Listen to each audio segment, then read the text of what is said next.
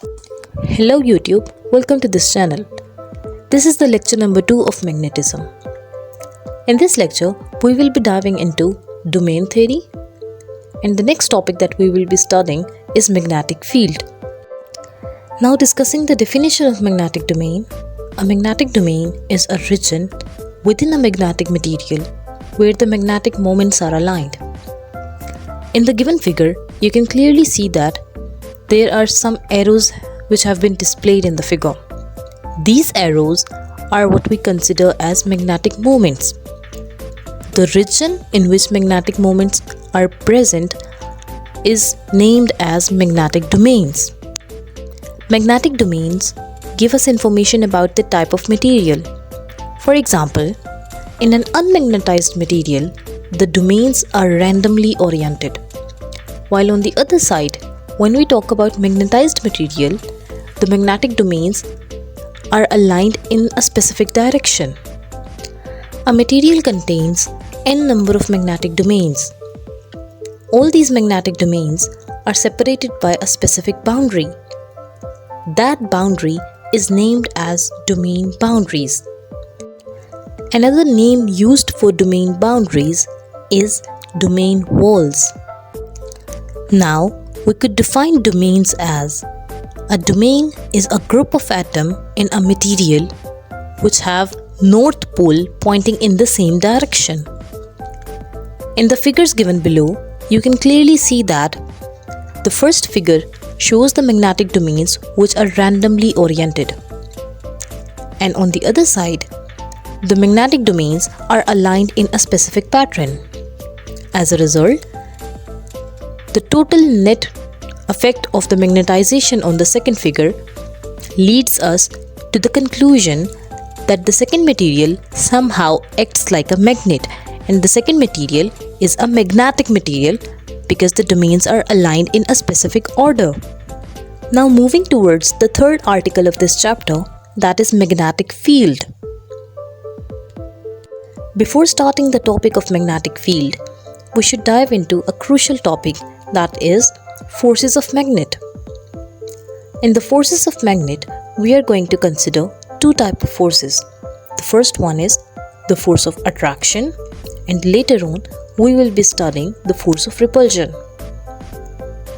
In attraction, we say that unlike poles of magnet attract each other. For instance, we have a magnet having the north pole pointing towards another magnet towards its south pole. As a result, the magnet 1 and magnet 2 both are going to attract one another. Now, regarding the force of repulsion, it states that like poles repel each other. For example, we have two magnets having south poles pointing towards each other. Both of these magnets are going to repel one another. Similarly, in the figure 2, you could see that two north poles are pointing towards one another. As a result, we could say that both the magnets are going to experience force of repulsion between them. Now, after discussing the magnetic forces, we could clearly understand the topic of magnetic field. A magnetic field is a region or an area around a magnet or any current-carrying wire where the magnetic force can be experienced. In simpler words, a magnetic field is a region around any magnet in which it could experience the force of attraction or force of repulsion on another object or on its own self as well.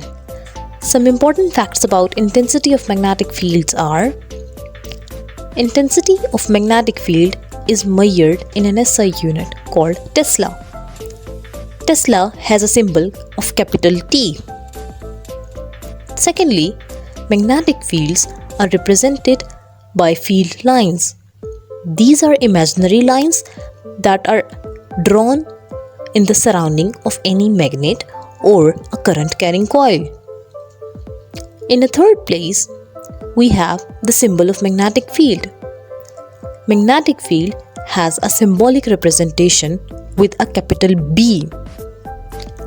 Afterwards, another important point about magnetic field is that magnetic field is a vector field.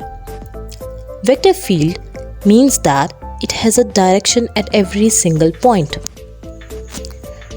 Around a bar magnet, we could see some straight lines, and at the same time, we could see some field lines which have a certain curve at them.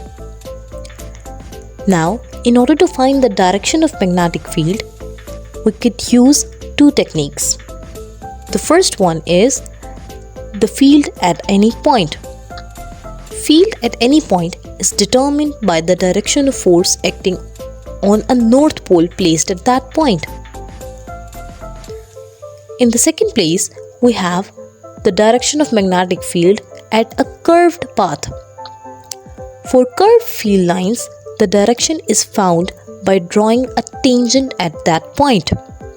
In the figure, you could see some tangents which have been drawn at the curved surfaces. These tangents represent the direction of magnetic field at that specific curved path. Now, discussing about the definition of tangent, a tangent is any line that touches the curve at only single point. Now let us consider a case of a current carrying wire. Let's suppose we have a wire and some amount of current is flowing through that wire. Because of the flow of current, or in simpler words, we could say that because of the flow of electrons or charged particles, there is going to be a magnetic field around that conductor or a wire. The direction of that magnetic field could be found by using right-hand grip rule. If you hold the wire in your right hand and curl your fingers around that wire, the curling of your fingers is going to give you the direction of magnetic field. The magnetic field around a current carrying wire is going to be in the form of concentric circles. Now, after watching lecture number 1 and lecture number 2 of magnetism series, you should be able to draw the magnetic field lines of a bar magnet. There are two experiments which enabled us to get to know about the magnetic field of a bar magnet. The first experiment was of sprinkling iron filling on a bar magnet, and the second experiment was of placing compass needles in the surrounding of a bar magnet. In the given figure, you could clearly see that the first figure and second figure resemble the magnetic field lines of a bar magnet. Keeping one thing in our head, that North Pole always emits the magnetic field, while on the other side, South Pole attracts the magnetic field in it. This was all about today's video. In the next video, we will be discussing induced magnetism. Till then, stay connected.